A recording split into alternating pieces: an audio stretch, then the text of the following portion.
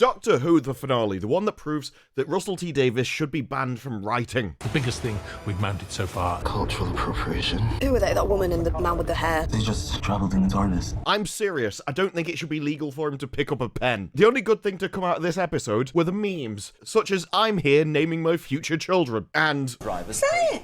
Is that it? Everybody felt that way. This was a season full of crap that still, hopefully, set up some mystery boxes that you hoped were going to be answered, and they were, in the worst way possible. This led to reviews like, after all the hype and hoopla, this finale is a big letdown. Even the people that like Ncuti, his debut has been wonderful. Until the finale. Ncuti has oomph at last, but Russell T Davies has work to do. After all that, this is the reveal we get. And the legend of Ruby Sunday? What legend? I honestly think this is the worst finale I've ever seen. Not because it pushed a message or anything. It was just ass. I even got sent a picture from the video commentaries he does, which just says, at this point, we have complete narrative collapse. And boy, do they. Do you want an answer from a series-long build to be Ash? He's a nobody? That's what you're gonna get. In the previous episode, the Doctor got too busy trying to bang a man that he basically got his companion killed. And I can only assume this was a metaphor for Russell T Davies writing this script. If I was Disney, I'd want my money back. Now, it starts almost exactly as stupid as I predicted at the end of the previous episode, where the Doctor was frozen. Oh, if you touch me, I'll die. Where because he's too stupid to move, Doctor, he has to get saved by a woman. Doctor, remember your legs can work. Oh, thank you, darling. I did forget in this regeneration. I am mentally retarded. But he tells them to get out, and she's like, I will bring the dust. So she starts just blowing sand everywhere. And it hits people and makes them turn to dust. You probably should have run when he told you to, really. And at this point, I was like, that's not very powerful, is it? I thought she was taking out the room, not the world. She kind of puts a different spin on what she's about to do with him. Because if you were like, is the first act of the Doctor going to humiliate her? Yes! Although not as much as the rest of the story. We run to her scooter in the apocalypse. Every person on Earth about to die. Put on this helmet, Doctor. I know you're immortal, but my scooter can go at 25. You're gonna need protection for your Time Lord body. Hop on, cowboy. Yeah, you're gonna be riding big. And I mean, just look at his face. That's the face of Ncuti Gatwa getting turned down in a club. What? That's never happened before. Someone's just explained to him where babies come from, and he's horrified. Oh, it's basically a bacterial swamp. The Doctor, though, calls unit. Try to contain that thing. And to her, try to contain that thing just means shoot it in the face. Open fire! All weapons! That's the 13-year-old's mobility scooter, by the way. If you thought a wheelchair having rockets fired out of it was stupid, you've seen nothing yet. Everyone's shooting them, and it's like, what on earth do you think that's gonna do? Somehow the ceiling scanners have turned into laser rifles. I'm gonna watch that again. It's like, we know it'll come back. We know there'll be some kind of movement on a Segway, but he's not flying backwards out the window. All right, lover, put the brakes on. His face when he doesn't get alphabetti spaghetti in the morning. Wait, what are you doing, you useless cow? Everyone else is unloading everything they've got at him. You've even got the 13-year-old joining in, but don't worry. What's our dear Rose doing here? Well, she seems to be watching CBeebies. Everyone going at it, she's just standing at the back. Oh, let's see what it says on Twitter. Everybody says this finale is absolute shit. Oh, so that's how they cut it off. Even the robot's having a go. Who armed ChatGPT? You didn't give him legs, but you gave him laser eyes. Of all weapons, why laser eyes? Steve, can you just do the... Oh, sorry, Susan. I was just looking at you to read your lips. Meanwhile, we've got the blonde downstairs. Snow's arriving for absolutely no reason. No, I mean that. There is no reason why Snow should be arriving around her. There is no reason this place should be activating. Oh, I need to see my mother's... Why? Why, though? Let's just say it's Dave from Birmingham. Why can't I see her? There isn't any reason why you can't see her, love. She must be really powerful and control time. No. They realise, though, all of their weaponry is turning to dust, so I don't know why she crouched down as if she was avoiding fire. But when they run out of ammunition, now it's her turn.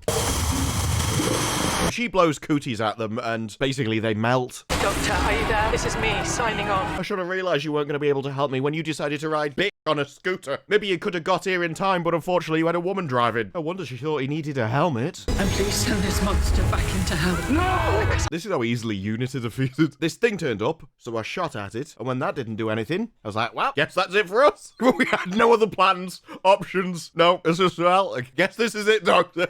Birds will sing again. There will be birds. I don't even know why she doesn't know the birds are going to die yet. As far as she knows, it's just that room. Oh, I'm sorry. Russell T Davies has read the script, and so all of his characters know what he knows.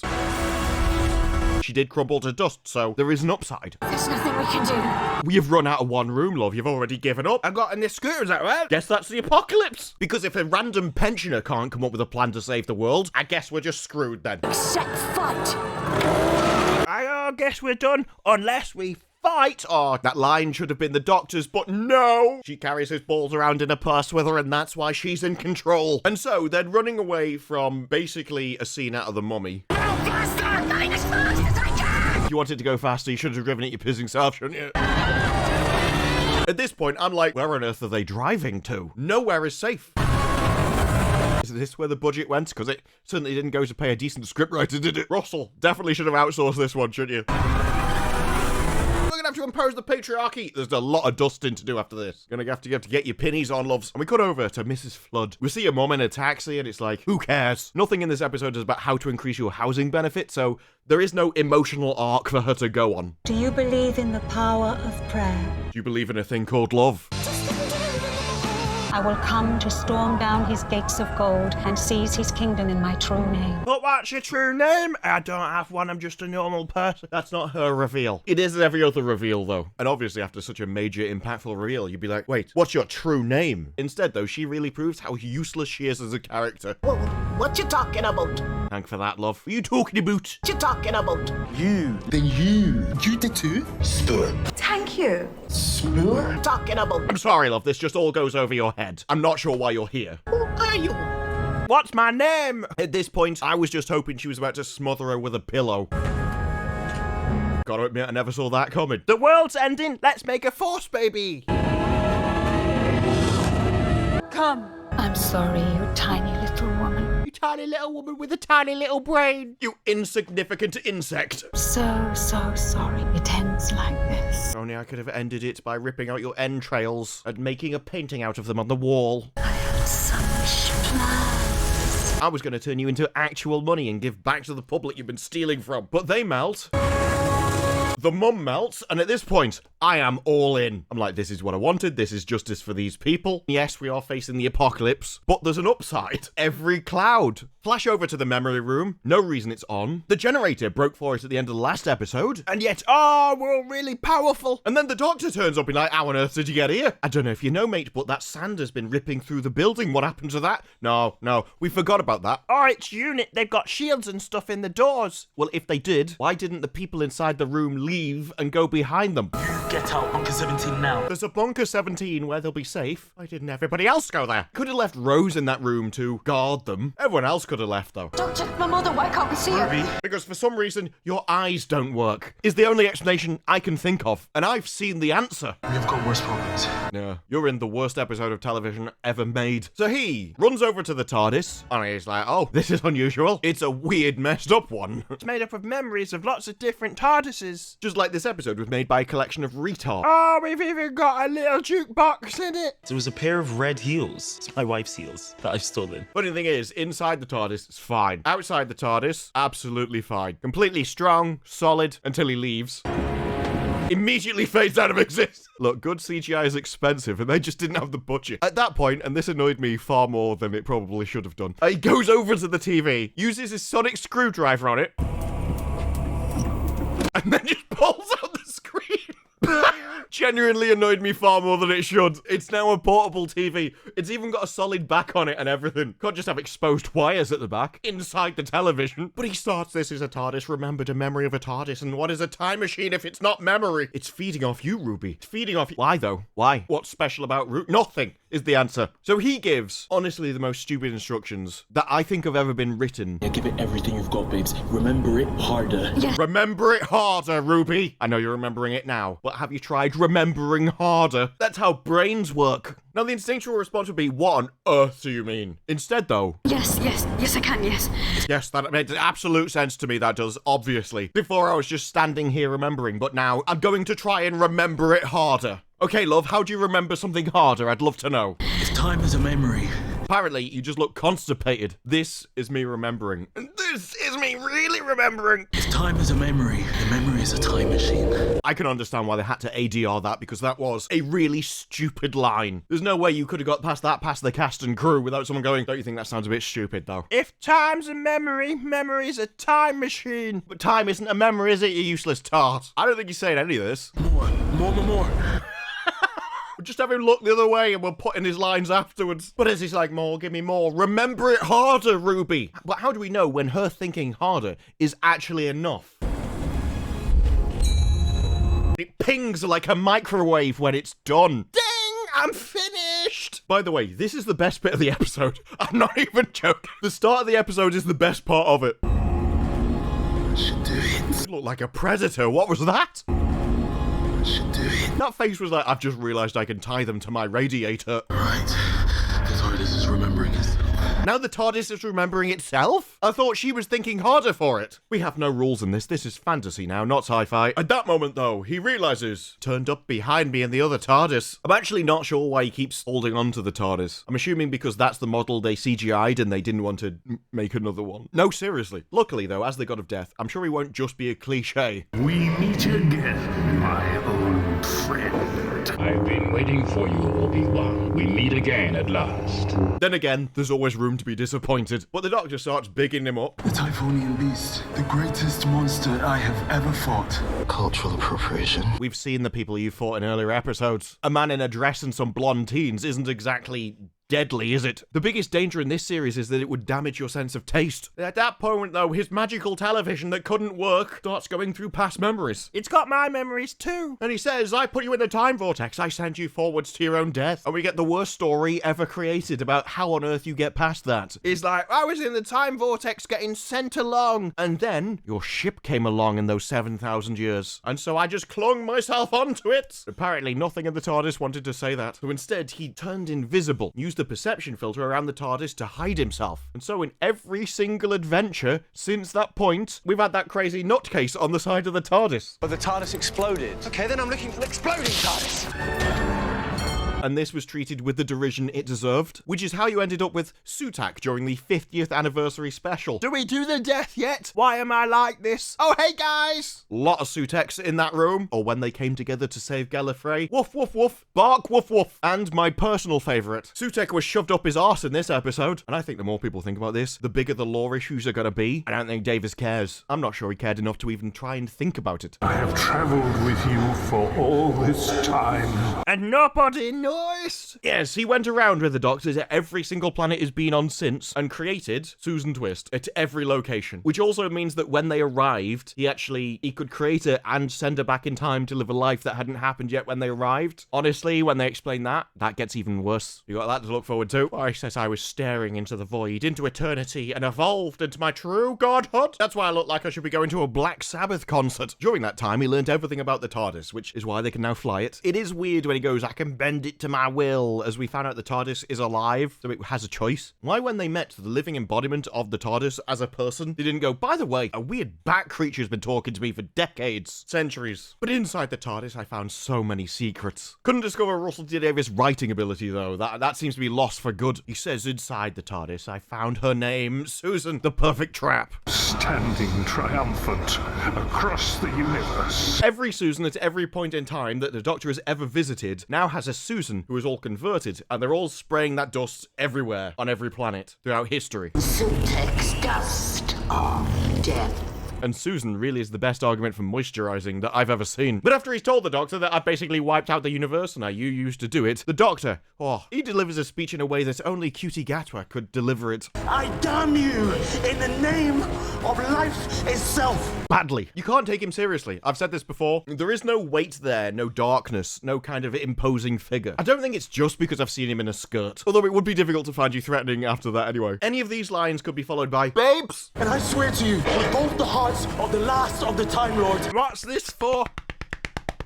I can't take you seriously when you're doing this! Oh, there's the first tears. Shiny face, definite tears there. This dude cries more than a 3-year-old falling off a swing. And why am I still alive? It's like, I'm missing something. I'm the only person that could stop you and you haven't done anything to me. You should want to do this. And then he's like, oh, hang on. I think I've realized a weakness in the god of death. This feeling that you have now, this doubt. Yeah, he's just insecure.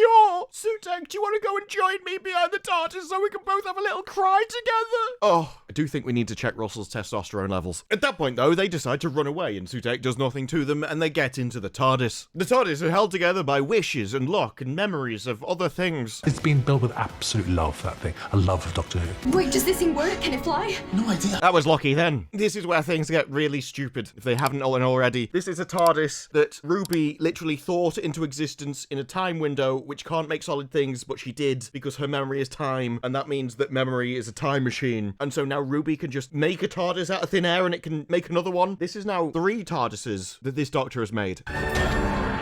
Split the TARDISes before. Did he split Sutekh as well? Is there a second Sutekh? They didn't even need to make this TARDIS, by the way. They could have just had Sutekh walk off here and go, well, I don't need this anymore, and the Doctor steals it. No, we're gonna do this. The TARDIS leaves the planet as the dust of death spreads over the world. And there's sparks and flashes, and it's all falling apart. And so because everything's breaking, they have to try and fix it, which is basically just an excuse to set up something for later in the episode. There was a pair of red heels that I've stolen. Tie that lever down, all those switches. Yeah, we're tying it together with string, folks. We're gonna use this scarf to tie down some buttons. It is literally just a, I remember that factory. System safe. Absolute death trap, Millie. Could have told you that when you told me he was the Doctor. Will you fly through space with me? I'll leave you stay away from a target. So then he gets some rope. Sorry. It's like intelligent rope. It's intelligent rope. That's how he fixed the TARDIS.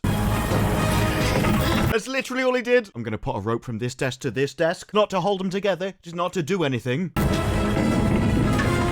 We're transmitting a signal now because it's intelligent. Unlike any of the crew that made this thing. Okay, that's it. That's it. That's the end of Doctor Who. Like the intelligent gloves. You remember those gloves, don't you? From the Christmas special. Ta-da!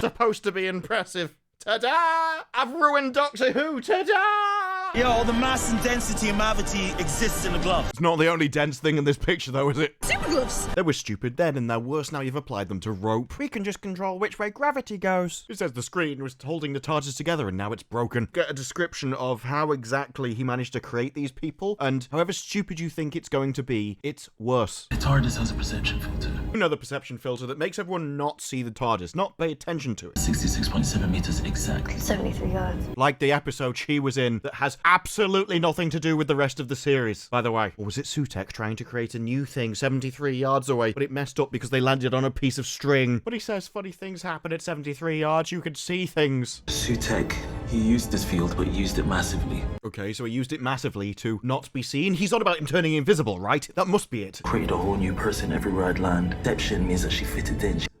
No, it's that he created a person and then the perception filter gave her a history. It's like, no, she had a history. She didn't just fit in, she traveled back in time and had kids. She had history, she had a truth. The perception filter doesn't just make the TARDIS invisible anymore. It can literally send the perception of someone backwards in time and make them change the past to the point where it creates new people in the future. What the are you on about? How does a perception filter turn people back in time and make them have kids? Makes them fit in. He used this field, but used it massively. This is like when you made a sonic screwdriver create solid shields that could block laser beams. But because he keeps landing back on Earth every time he did, he made that perception of her stronger and stronger. Until he created the current Sutekh, and that doesn't even make sense either, because she's not stronger than anything else. She was Susan Triad, this monumental figure. She wasn't monumental though. She just made computer software. She wasn't more powerful than anyone else. All the rest were doing the same thing. Sutekh's dust of death.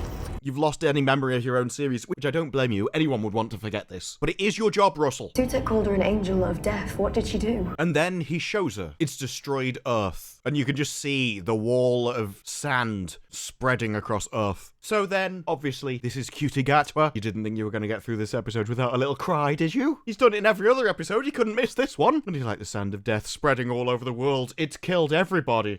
My mother, is she? Well, she's in the world, and it's spreading all over the world, love. Where is everybody on? They're dead, Dave. Who is? Everybody, Dave. What about my mother? Is she? Everybody. What, Captain Hollister? Everybody's dead, Dave. Everybody's dead, Dave. No, but can't you just... What about Janet? Peterson isn't, is he? Everybody is dead, Dave. She was a useless langy scrounger that had never contributed anything in her entire life. She won't be missed. But he says it's happening all across time, all across the universe, on every planet I've ever been on. The Earth is dying. So's entertainment. This is the only scene, by the way, which actually kind of had me, oh, he seems sincere in this. The Earth is dying, everything's so miserable. So many times.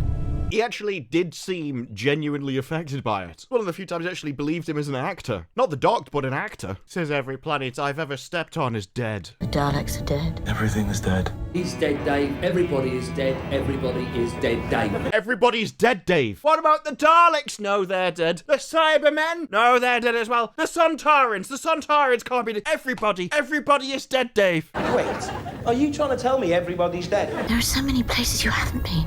The Ood. Surely they haven't taken the Ood. Everybody. Pissing everybody's dead. Not Chen. Gordon Bennett, yes, Chen, everybody. They must be safe. Everything caught in that pattern is dying. Yeah, but not everything. She is right that somewhere there must have been something that he didn't interfere with. Even if species would spread out across the stars, at some point there must be something. But he's like, no, I am tied into the universe. But finally, he has a realization, that one that I can actually get behind. I did this. I destroyed Doctor Who. You did not. No, Russell helped, and together you were just hitting that final nail into the coffin repeatedly. And then, in case you're like, this is taking it a bit far, you can always top it. Every sun is dead. How? No, seriously, how? Every planet I have landed on at every point in time has got the dust spread around it to kill all the people. Okay, how are we stopping all of the suns? How many suns have you landed on? If all the stars that ever were are gone, then what is that? Even then, the cloud doesn't stop inanimate matter. It's living matter. The suns would be fine, they're not alive. Because we see some planets, which are definitely covered in it, fair enough. There's a sun, though, it's not dead, is it? Sutekh didn't come out and go, I need to stop all chemical reactions in the universe. The universe has come to a halt. Firstly, weird emphasis there, and pause. But also, just because people die on a planet doesn't mean the universe is finished. It doesn't affect anything else apart from the people that are no longer alive. Except not in this show. And it is my fault.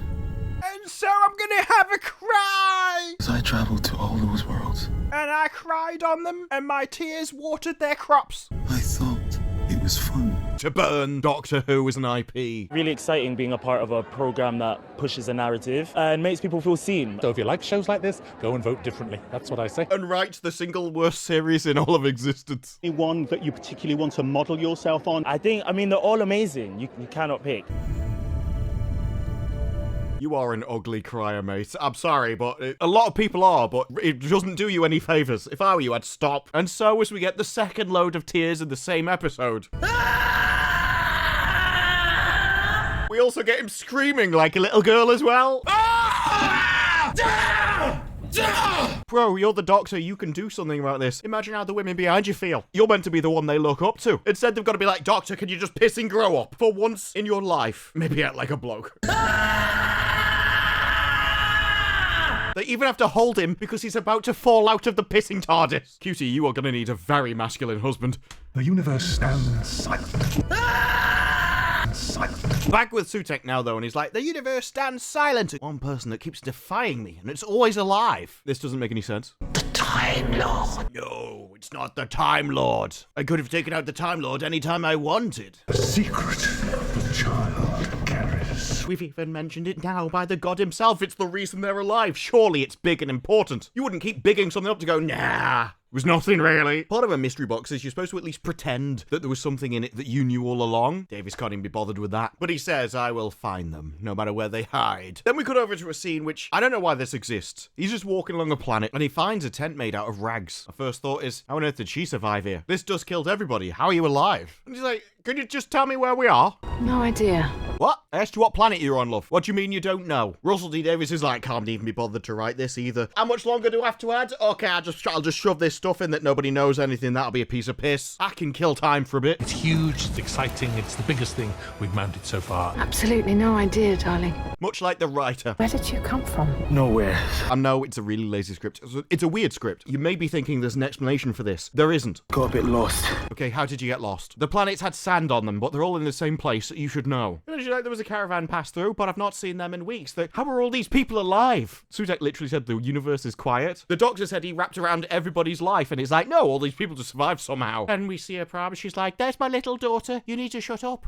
Hush now, darling. Let me give the man his chaffy. Except she wasn't making any noise, was she? I think I called her Brindle. What do you mean you think you called her? See what I mean about a weird script? What is this place called? Hard to remember. I'm retarded. The only thing which has happened is sand has gone across the planets and it's killed anyone it touches. That is it. Anything else that happens is just made up magic bull which no one has explained. They say memory is dying. How is memory dying? He's the god of death, not the god of memory. Oh, memory is time, and time is dying, and so memory is dying. Piss off. How do you expect anyone to get invested in your show when what you're speaking is obviously contradictory? There was a man that said that actual facts were dying in the death wave. Did that man have about 40 IQ and just couldn't remember any facts himself? Because that is some serious Rafe Judkins level of intellect right there. This is does Earth still exist if people aren't around to Yes, actually. Yes, it does. The universe doesn't require your meaningless existence in order to still happen. You're actually pointless and insignificant. Get over yourself. But I think this was the city of... It was the village of idiots. Began with a B. Birmingham? Then she goes, I can't remember my husband. Whatever his name was. Tall. He was tall. I can't remember his name. He was tall, though. He was tall. Tall and rich, yeah. She only remembers the important things in life. And then he asks her, have you got any metal? She goes, oh, metal. It's a very precious item. Why? At no point in the entire thing has anyone gone, that dust cloud wipes out metal. It just, no. We haven't seen it. It hasn't been mentioned. And then he's like, oh, metal doesn't exist in the universe now. Why? It kills life, not metal. Now, if you'd gone oil comes from life forms. If life forms never existed, you could have had something. Metal? Metal is a precious thing, sir. Yeah, but it should be pissing everywhere. Then, though, we have to affirm Gatwa along the way between his tears. I suppose you do have a very nice face. Yeah, but unless you're going to sit on it for the metal, I'm not sure why you're bothered. But she finds a spoon. Do you get it? Do you get it? The previous doctor made her sonic screwdriver out of spoons. Oh. They're desperately trying to bring up nostalgia, but don't realise that by this point, nobody cares. I will use this spoon. I promise. I'm going to eat a blancmange with it. What a stupid thing to say. This episode has so many quotes that you could just put on their own to prove how badly written this was. I will use this spoon. Think harder. And at that moment, her memory seemed to come back and she doesn't like them. I think my daughter died, didn't she? Well, like what? Seriously, who cares? We only met you 30 seconds ago and you're too stupid to remember somebody's name. What use would your daughter have been? I think she did. Oh, he's cried again. This is now the third set of tears. I was up to 3 by the end on the first watch through. I missed them. We've already hit the hat trick of crying, and we're gonna get more. They say it travels the death wave down the family line. This is getting worse. So now, the death wave isn't dust, which goes and touches you and kills you. Now, somehow, it passes through a family tree. And at best guess, if I'm trying to be generous here, is the sand wiped people out across at different points in time, which means that their ancestors never did anything. And so people get erased from time as their ancestors that created them no longer doing the thing. But I have a feeling that I've just put more thought into this episode than Russell T Davies did. I think he's just like, this'll be funny to say. I will use this spoon. Man, he said it's perverse, is what he said. We're never going to find out who the man is, I guess. Just another mystery that doesn't have an answer. That it can travel backwards from child to mother. Now we've gone beyond sand wiping out ancestors, which affects time. Now it's intelligent and malevolent. And so it doesn't just travel in one way. Now sometimes it can go back. And go back to her for some reason. Even though I don't even know who she pissing is. I don't know why I should care about her. Really, I'm very tired. So am I, love. Can we just finish this scene, please? Such a nice face. Why do we keep complimenting his face? I do love it when you cry! So she turns up into dust, and I'm like, none of this makes any sense. We've broken every rule we've set for ourselves in the same pissing episode. Thought we were just outrunning sand. Oh, he's cried again. Look, there's tears. There's no tears there. That means this is a separate crying incident. 4th time he's cried. Over a spoon, by the looks of it. He goes back to the TARDIS with his new trusty spoon with metal, which he can't find, and nobody knows why. He does his Yuri Geller impression. That's what we need. Here, break the spoon. And fixes the magic TV screen by just shoving a piece of metal into its side. Some metal, not TARDIS memory, something real. He doesn't need TARDIS memory, he needs something real. Anything real by the looks of it, as this was just a random spoon. No, I've got nothing, and if you try and defend this, I mean, come on. He literally fixed a memory detector machine by shoving a spoon into the side of it. Thank you, whoever you were. We never found out who she was. She was just a nobody. But it's like, look, this is the time window. What was all that Egyptian stuff? Cultural appropriation. I don't know why you'd have a problem with somebody going to a foreign culture and then beginning to take aspects of that culture for their own right. I mean, that's what you've done in Scotland. It's a Rwandan in Scotland. I'm as Scottish as the rest of you. As I appropriate your culture that doesn't belong to me. The biggest thing we've mounted so far. Cultural appropriation. Who were they, that woman and the man with the hair? They just travelled in the TARDIS. They were just there for a bit. Get the insult? We don't talk about previous doctors on the set. It's more exciting to look forwards. And if you look backwards, you'd be intimidated by people who have actual talent. So instead what we do is take what they had, try and use it for nostalgia, while not giving them any credit for it. They just travelled in the TARDIS. What an arsehole. But it's like, no, I travelled here with Mel, where we met Einstein. Did we? Oh, I've forgotten. Memory's dying for some reason that no one's quite worked out yet. Okay. Exhausted. Yes, there's something wrong with her. And Ruby starts asking questions though. Sutekh was here for years. Why did he go on the attack? And the TV screen starts changing every time she asks a question. It shows her the answer to it. She must be really powerful. She must be unusual. There must be something special. No, there isn't. There's nothing special about her. We're literally lying to you. Oh, why is it changing now? Images are reaching out to you. Yeah, but why though? Why are they answering her? Why are they reaching out to her? They're trying to help. How are they trying to help? How is Memory helping? Well, Memory wants to be I don't know. Hang on, why has she turned around and pointed? This must be important. Surely she's not pointing at a road sign. That'd be stupid, wouldn't it? But he says a time window back on Earth is still connected to your memories. Nobody knows how, and they're never going to explain it, don't bother. And so, it's answering questions to what you think about. 2004, he saw the one thing beyond his comprehension. Why anyone watches Doctor Who? Why you were hired? Who did Russell T Davies squirt his talent into? Your mother. I honestly wasn't expecting the Doctor to do a your mum joke, but here we are. Time window is still connected to and powered by her, all because of her mother. Sutekh couldn't even comprehend her mother, and he became visible because he'd seen her, because it was so unusual and strange. Who is this powerful creature? She better be somebody. She better not be just Janice from down the street. But who is she? We don't know. They're actually being serious. Russell T Davies has no idea who she is, and he wrote the pissing character. He's been riding on the back of the TARDIS for holding all of time and space, and then he can't see one woman. There's obviously something really strange and unusual about her then, isn't she? She must be really important. If a god can't see her. No wonder he's keeping us alive.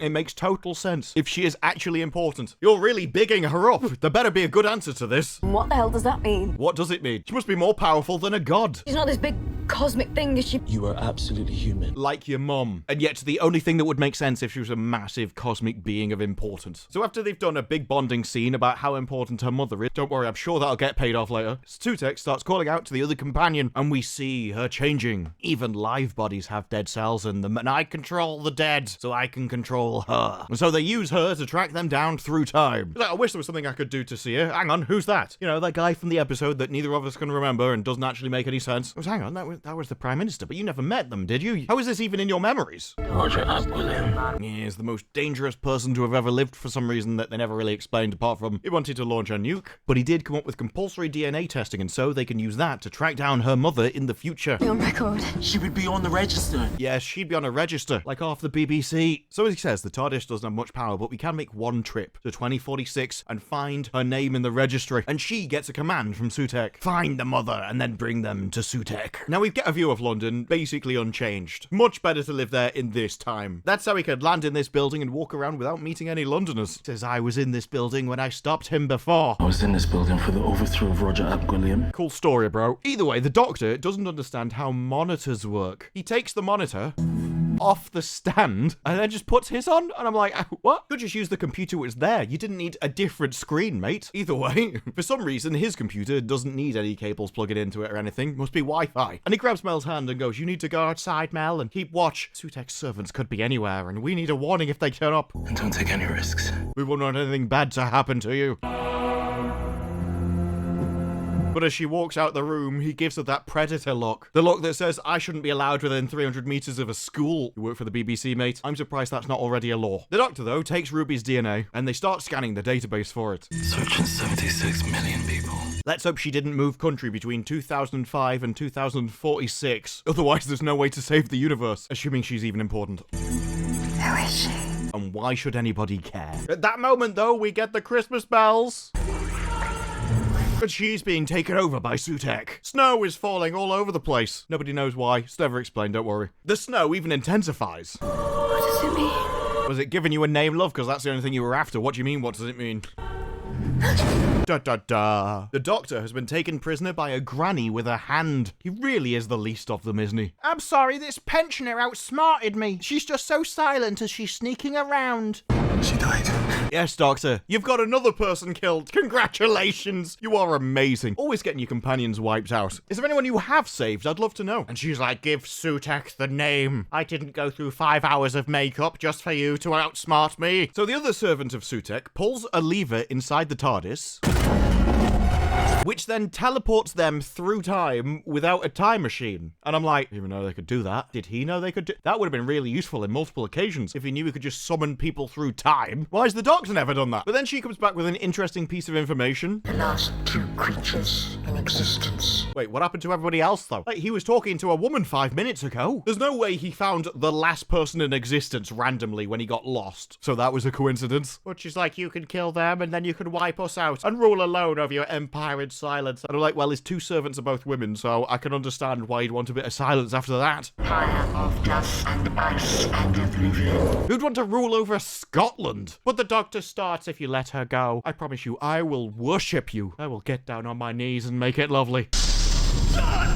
A little bit of a dust and he started glowing. That was impressive. He's even got down on his knees for him. Didn't even show him his name. Ncuti just couldn't resist. But the gods said, no, you lived far too long. I won't accept you worshipping me. So the companion breaks, I've got the name, I'll give it to you. You're supposed to think this is an epic moment as she cries and walks towards him. I found the name. Found the name, but I don't understand. What is there to understand, love? It'll just be like, Sharon. It's got so many syllables, I can't read it. Wish I could. The only thing I've ever wanted for... That's why you've become such a success, love. Really lofty ambition you've got. I wish I could read a screen. And now I found it. I don't understand. If we were in a betting shop, I have a feeling most people would have assumed that. You've gone through this entire series confused and delusional. Maybe you can. So she goes to show him the screen. For so long. And even now, they're trying to make it a big deal. So it must be important then. Oh no. She just drops the screen. You're like, hang on, what? You great big god of nothing. Which coincidentally is a perfect description of Russell T Davies. There is no plot in this episode because she pulls out the intelligent rope, somehow puts it over his neck. I don't even know how. That's not how a leash works. And she starts to pull and she's like, I'm so strong. I'm not about to let a man take credit for a woman's work. I can pull a god across the floor. Don't worry, love. I've got one glove. It's an intelligent glove. I've filled it full of Vaseline. That's how my hand stays so soft for the fellas. But I knew this was all a trap. I felt her hand. She was too cold. I knew she was dead. And so I planned all of this. This is the kind of plan he comes up with in advance. He's hardly Batman, is he? My plan was to literally put a leash on a god and then pull him with my one glove across the floor. So he sends his servants across and you're like, they'll just blow that smoke across and instantly vape. No, we're going to touch him first for some reason. Luckily, they walk really slowly, slower than he can pull a rope. And he's there whistling to call the TARDIS, controlling the levers and sucking it towards him. A panel opens inside the TARDIS. And she's like, oh, look, a panel's opened in the TARDIS. We were lucky she lined up in that perfect direction with the door, weren't we? If she just hadn't moved, this entire plan would have failed. Instead, the TARDIS gets rocket-propelled across the floor. And they could just pull a god of death across the floor on a piece of string. Have you ever tried tug of war against a dog? The dog wins. And yet they're just like, we're not even struggling. We're not even struggling to pull him. We could just go all the way here. It's intelligent rope, you see. Intelligent rope with an intelligent glove. It's magic bull. So he attaches him under the desk of the TARDIS. And the music really wants you to think this is important and impressive. Into the vortex. This is why no one can take you seriously. So he flies off with the TARDIS, and what happens to the dog? Yeah, we take him with us for some reason that no one's quite worked out yet. Are you telling me you can just attach a piece of rope to a thing and the TARDIS takes them with them? Because we did tow a planet previously, didn't we? So he starts dragging the God of Death back through the time vortex as if he's taking a dog for a walk. It was at this part of the episode, I'm like, this is farcical. And I never expected it to get worse. I was like, this is about as low as this episode can sink, right? Because he's dragging the God of Death down the back channel cavity. And the Doc's like, don't worry, I've got a plan. What happens if you bring the God of Death to somewhere that he's killed? What just happened? Shouldn't you know, love? You were part of the plan. You knew what the plan was.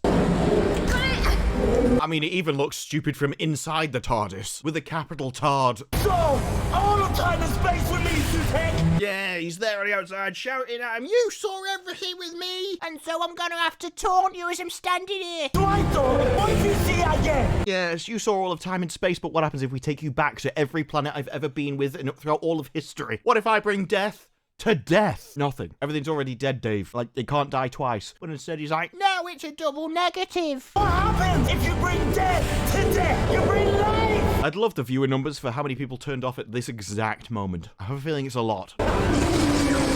So he's just dragged across the side of the time vortex, literally tearing someone's backside to shreds as he goes through it. I mean, that's got a sting.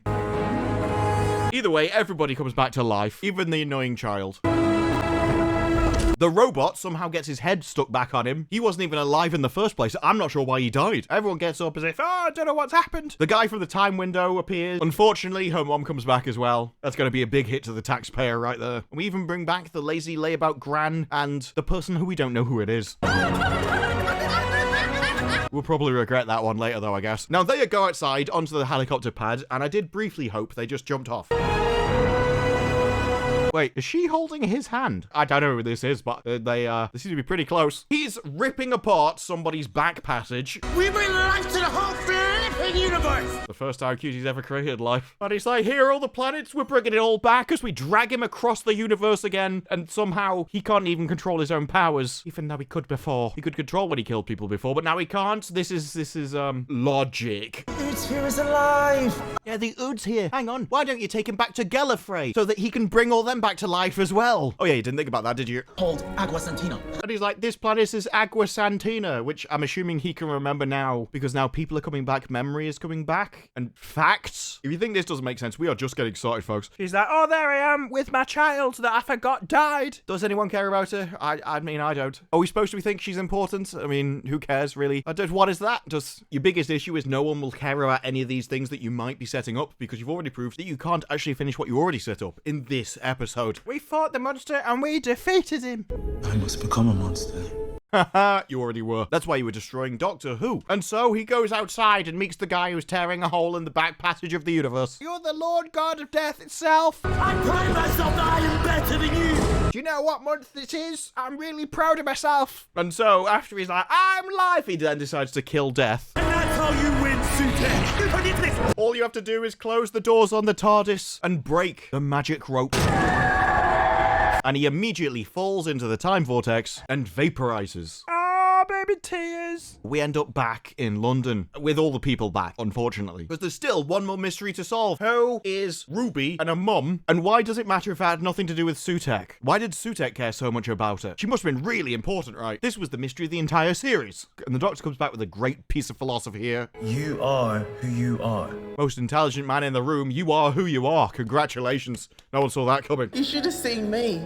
I had to walk home. I can understand why that's a big story for you. You should have seen me. I had to walk. Couldn't even get a taxi fare at the working man's expense. I had to use my legs. Do you understand how difficult that is for me? I got in and your gran was telling me off for not dusting. For the last 17 years. To say thank you, Doctor. You brought her home. Only just. He's not going to tell you about the time he almost killed her because he was too busy trying to get his end away with another bloke that he'd met for 30 seconds. Best not tell them on that one, eh? Now, this is the only time I think he might explain the 73 yards. You brought all of us back from who knows swear. Because if you remember, the Doctor had vanished, and I'm wondering if at that moment he'd sent out the sand to kill them, and so they were both in their own little worlds. Because she says, do you remember what happened when you...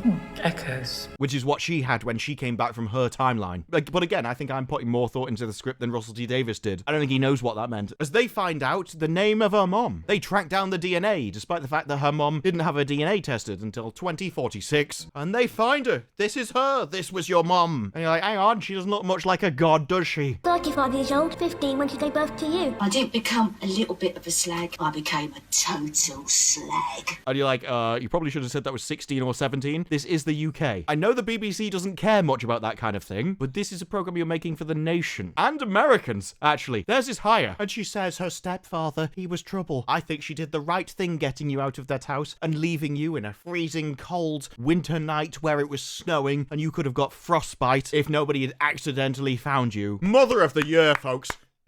I mean, I can understand why Russell T Davies doesn't know anything about parenting or babies, but it's a good thing you were left in the ice-cold snow. Should be a bit obvious for everybody, shouldn't it? She must have hidden the pregnancy. Total slag. Are you pregnant, love? No, I'm just fat. Father, William Benjamin Garnett. Now works for the BBC. This was his qualifying test to get in the organisation. 15 at the time. Oh, well, that makes it all better then, doesn't it? You had to work that one out. Couldn't have just made them both 16. No, you always had to mark it down. Literally could have had it a year. No one in the country would have had a problem. But, and she did well. She's a nurse. That's what I don't understand. She's so ordinary. Yes. And look at him. So smug and happy with himself that he's about to destroy the plot line for everybody. This was built up over a series. It snowed whenever she thought about her. We literally activated an entire time window based off her own thoughts. The god of death himself was confused by her and couldn't understand her. And it's like, what even are you? She survived the death wave because she was so unusual, because she was the powerful secret. And yet, she's just ordinary. She's wonderful. No, she's wonderful. And she's ordinary, but... Firstly, you don't know she's wonderful. She could be a cow. Secondly, she is just ordinary. How did she stay invisible from a god? That's what I'm wondering. And I've already watched this episode once. It's taken me so long to record this, by the way. I have to keep leaving for my own sanity. She was important. No, she wasn't though, was she? She was completely ordinary and useless and boring and irrelevant. Because we think she's important. What do you mean? She was important because we think she's important. I will use this spoon.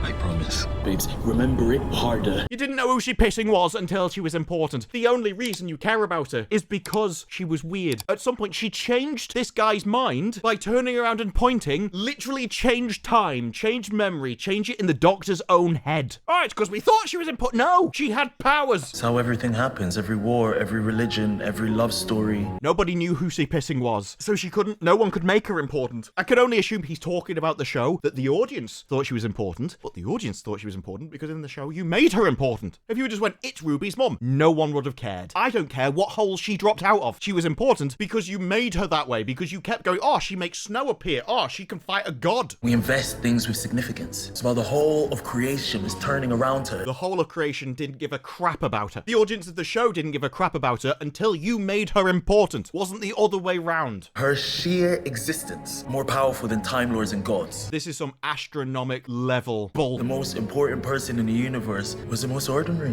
When you write that line and then read it back to yourself, it should tell you you're an idiot. Like when you told somebody to think harder. Powerful, important person in the world is the most ordinary. No, because there's pissing billions of them. Even her layabout scrounger is more important than the random hole that nobody knew about. A scared little girl making her baby safe. And leaving you in a freezing cold winter night. But she pointed. Keeps getting worse. We've just ruined one plot line for you. Yeah, she kept pointing at you. Why did she keep pointing at you? Because she didn't know who you were. She was just an ordinary, selfish cow. She pointed at you, Doctor. She wasn't pointing at me. Oh, what was she pointing at then? Scotch mist? We cleaned up the VHS. Behind me was that lamppost.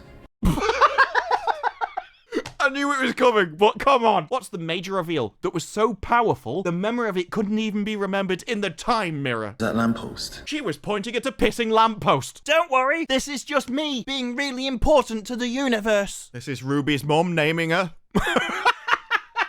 So? It was a signpost. How did you keep a straight face, dude? What's the reveal of this entire season? It was a lamppost. Bro! She was pointing out the name of the road. Yeah, but why? She was was naming you. Yeah, she named you Ruby, which is coincidentally the same name she pissing at anyway. So all that time about she changed time, she just walked away the first time, but then she turned around and named you. She changed time to name a baby that she just dumped. They named her the same pissing name anyway, because everyone wants to name themselves after whatever road they're found on. Now, I do know that the Beckhams always name their baby after where they were conceived. It's why one's called Brooklyn. I don't know why Romeo was called that, though. I mean, presumably the back of a Fiat Punto wasn't a good name. I'm gonna cry because my name coincidentally turned out to be the same thing my mum wanted. Don't worry, mate. I'm just out here naming my future children by pointing at random lampposts and hoping somebody knows. All the time mirror scene was about, what's she pointing at? Can anybody see? A guy died for that. Imagine him dying and then going, oh, she was just pointing at a lamppost, wasn't she? That was stupid. Social workers chose it, or the paramedics, or whatever. You were. That's exactly why you were called Ruby. They had no idea what some random bint in the street pointed at. No, it was her. No, it wasn't. They just coincidentally named you the same thing. I know you're bottle blonde, but come on, grow an IQ. My own mother chose it. No, she didn't. Your mother didn't work at the social workers. My name is Ruby. We're all different shades of red. Is that how the original Rose got a name? Did she bang the bloke on a tomato stall or something? But then, as if they haven't made them on pointless enough, they go and track her down. Just some random, ordinary woman that ditched her in the freezing cold snow 20 years ago. And the doctor's like, yeah, she's got a great life, and, you know, she never came to find you, so we should probably just leave. 7,000 days to come and find you, and she never has. And I'm not sure whether he's worried about her getting hurt, or whether he's scared of her meeting her mum and then not coming with him. He could just be being selfish here. I found her. With a time machine. Is that fair? Does it matter if she wants to meet you? She did leave you in the snow to die. I mean, I just think it's a bit of a hint. But Ruby goes into the coffee and comes up with a cutting plan. She sits down opposite her and then stares at her like a creepy weirdo. If I did that, I'd get arrested. But she just keeps staring at her, crying. What she meant to resemble the last few people that cared about Doctor Who as they were watching this episode. It's all been destroyed! Then you find out, though, this was all a trap. Ruby? Oh, I got them to call out my name so she knows who it is. And she'd be like, hang on, that was a signpost I pointed at 20 years ago. That's me. I was named after a road. You don't even know this. The church decided it. You left me by a church. To die. I was like, it's ice cold and freezing outside. Perfect weather for a baby. You left me where I was safe. No, she didn't. She left you in the snow. She didn't even knock on the pissing door. The doctor had to knock on the door so they even knew you were there. If you didn't have a magic guy with a time machine, you'd be dead. And I just want to say thank you. Thank you for ditching me in the snow to die. Thanks, Mother. Mother of the Year. All because she couldn't keep her legs closed. Total slag. The BBC, everybody. What a message for society. And all of Twitter's like, oh my God, this is so emotional. But obviously, while all this is going on, we are missing something. And we're gonna have another little cry. And he realises, yeah, she's not going to be coming with me anymore, is she? So she gets back with her parents. I always thought I should get in touch. Yeah, but you never did though, did you? Actions speak louder than words. Every Christmas I thought, right, this is the year. But you put it off. Like a mum getting a job. But as she looks down the end of the hall and sees the TARDIS, she goes to talk to the doctor. Like, for some reason, he's looking at her like she's a bounty hunter in Bridgerton. He's just seen a particularly tasty hot dog, getting ready to audition for the part in Doctor Who. Ruby starts, though. It won't be long. We're just looking at some pictures, and then, don't worry, I'll come and we can leave and go wherever you want again. Ruby. Come on. He's like, Ruby, piss off. I don't think she would have left us like, he's like, we both know you're not going to stay here. He's like, no, come and join. Honestly, I'll leave. And he's like, oh, we've just found my father as well. Yeah, you know the one. The one who, if this was in a real case, would end up in prison. Hang on a minute. Oh my God. He works on Doctor Who. So she's just waffling on and everyone's like, this is really annoying. To his credit, somehow Ncuti manages to stop himself from telling her to shut her gob. So we've got to go and... Tell him you're leaving, love. We don't have to read your mind. Also, I don't know if you're aware of this. You are in a time machine. You can literally be like, yeah, we'll just pop back. We'll meet him later. You could travel back to the same second that you're leaving. This isn't difficult. Don't be sorry. Be better. Much like the script. So he hugs her and you're supposed to think it's really emotional when you're like, why? Nobody has grown attached to Ruby throughout this season. The only episode where I grew to like her is when Ncuti wasn't there. Your life is down here. Now I've shown you monsters and planets, but now you're in for a different adventure. Honey, your adventure is just beginning. This is like, she's ordinary and that's what makes her special. No, traveling around the universe is what makes you special. If you thought it was so good, you'd do it your pissing self, wouldn't you, Doctor? You could call Yeah, he just can't be bothered though. Like, he knows he's lying to you. You're gonna be bored and die alone, so he doesn't want any part of that. We've already seen what the future of your life is, Ruby. It's miserable. So she cries again to make sure that he doesn't get left out in his tears. Don't do that to me. He's cried, what, 4 or 5 times now, and she's done 2 or 3 times? So he goes back to his console. Will I ever see you again? Not if I see you first, love. Of course you will. I'll pop back in season 2. I'll just have a new companion to compete with you. I think I can guess what the second season is. It's just going to be them traveling the universe in search of somebody that likes the finale. It's their greatest challenge yet. Your own granddaughter. You left her and never went back.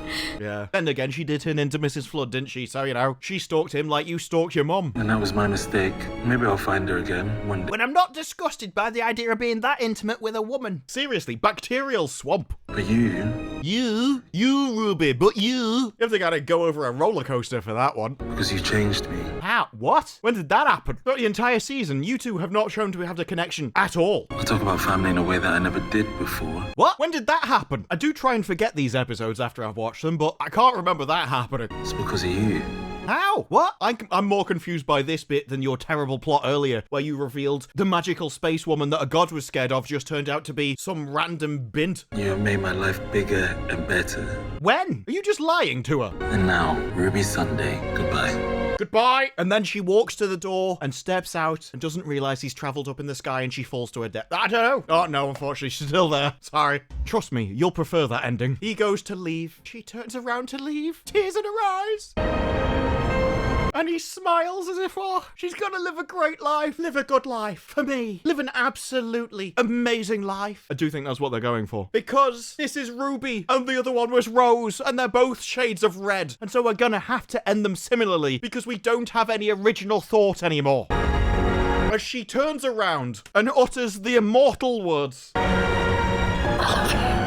Like, seriously, piss off. Firstly, he's not into that, love. You should have known. You've been with him for 8 weeks. Secondly, he doesn't even do something cool, like, I know, which would have been copying Star Wars, but it's better than what we got, where he just kind of looks there and goes, you don't have the right parts, love. Also, this came out of nowhere. I love you, Doc. Where did that come from? At no other point throughout the entire series has she even remotely shown this. Even if you go, it's not romantic, love. It's some other... Nothing. Nothing at all. You don't know the meaning of the word. Unless this is why, when you're in your own world and you're with all those other blokes, you just ended up alone and miserable. Because actually, you were lusting after a guy who's not into you, love. And he's just like, yeah, I know. Understandable, love. I mean, look at me. Everybody does. No, there is a bit of an extra story for this. I just love his smug face as he turns around. He's like, yeah, of course you do. In this scene, according to the commentary, Ncuti was supposed to go, I love you, in return, but they cut it. They thought just showing his smug, arrogant face would be the better option. It's the funnier option. I will give them that. It's the, you've been with me all this time, and you didn't even realize I was trying to bang the bounty hunter. Almost got you killed. You still didn't realize. So she just leaves. And I think him just turning his back on her and saying absolutely nothing back, only to see her face and her reaction, I could only assume it was romantic, because she is like, oh no! And then she runs, and she basically slams the door. So I assume it was romantic. I'm assuming that was, I will stay if you say it back. How was that ever supposed to work? After the rest of the series, and who you've cast as the Doctor, and after the Bridgerton episode, where you really nailed it home, that he wanted to nail someone at home, when it's Ncuti, who even if he didn't announce it, you'd all know, what did she expect him to say? At least with Captain Jack, you're like, he'll go with anything. So there was still a chance. You've never had that with this guy, though. So it just comes entirely out of left field. You're like, what? Why? And then he starts crying again. Oh no, she's gone and left me. I just wanted a mate. What? What's that? You wanted to mate? No, I just wanted a mate. Oh, that's disappointed. There he goes. And he ends the series as it began, crying like a bitch. And you see the outside of the TARDIS. And I kind of expected her to be like sliding down the doors or something, but maybe they thought that was rubbing it in a bit much. Instead, we see her turn around to look at it. And she's like, oh no, I'm only going to be in a couple of episodes for season 2. I need another job now. And we get a scene which is basically straight out of The Acolyte. I carried her. Well, I created her. Have you been pulling on your thread recently? The lazy layabout's got out of bed, look. All this pissing time she's been using other people as servants, and she can walk, get out of bed whenever she wants. Somebody stick her in a job. So they were going to give her a free house. What a useless scrounger. She's been pulling the wool all this pissing time, like I said she was. Somebody bring Sutekh back. He's got a job to do. I do like, though, as the TARDIS vanishes, it leaves a wardrobe behind it, and it's almost like, oh, this is Narnia. I don't even think that's intended. And so we get a narration. The story of the church on Ruby Road comes to an end. Yes, unfortunately, they all survived. Goes Ruby Sunday got her happy ending because she didn't freeze to death in the snow like her mum intended for it. And we go upstairs onto the roof where Mrs. Flood is dressed all in white. And for anyone that knows what white is meant to symbolize, and at her age, I think we can all agree, it's very unlikely. So she says, what happened to the doctor, though, you might wonder? Say his story ends in absolute terror. Based. Like he deserves. I just wish he'd gone, I'm going to reduce him to tears. It's like, yeah, so does opening a Mars bar and finding out it's melted on him. It's not difficult. Night, night. Night, night. And I have to say, that is the worst finale of any TV series I've ever seen. Like, unironically. When that episode ended, I was disappointed, even though I didn't like the rest of the series. Because it had set up all of this stuff after 8 episodes. Whether you're invested in it or not, you still want to find out what the mystery was. Even if you thought the individual episodes were crap, I was like, okay, but why is it snowing? Who is her mother? What is the being that's causing all of this and people to appear in time and space? And then it's like, oh, it's this guy from classic Doctor Who. And then you defeat him by putting him on a leash. And then you go, the snow. Well, they never really did explain what the snow was. The mother. Well, the mother was just a person. Okay, but how's she doing all this stuff? She wasn't. Well, she was. Because you thought she was important. She was. It's like, yeah, but Sutekh didn't think she was important. Sutekh just couldn't see her. She had a power that existed. Like, no, it didn't. Like, what? Then she left at the end, came completely out of left field. Loved the Doctor. Had no idea why. Never been set up. They didn't even seem that close. And all of this just seemed incredibly poor storytelling. Didn't seem like any effort had been put into it. Any thought. Didn't even seem like trying to cover their tracks. The episode almost feels like it's done with contempt to the audience. It's like, well, you watched this far, you already saw the bits that I wanted to. You consumed what I wanted you to. Obligated to give you an ending. But I don't have to put any effort into it. I don't have to think about it. And I'll tell you one thing. With that being the season finale of season 1, the drop for season 2 will be astronomical. Because that finale would have been the peak of your storytelling. And it's basically a flat line. But those are just my thoughts. What are yours? Let me know down in the comments below. Like the video if you like the video. Subscribe. More videos like this in the future. And I will see you in the next one. Bye-bye.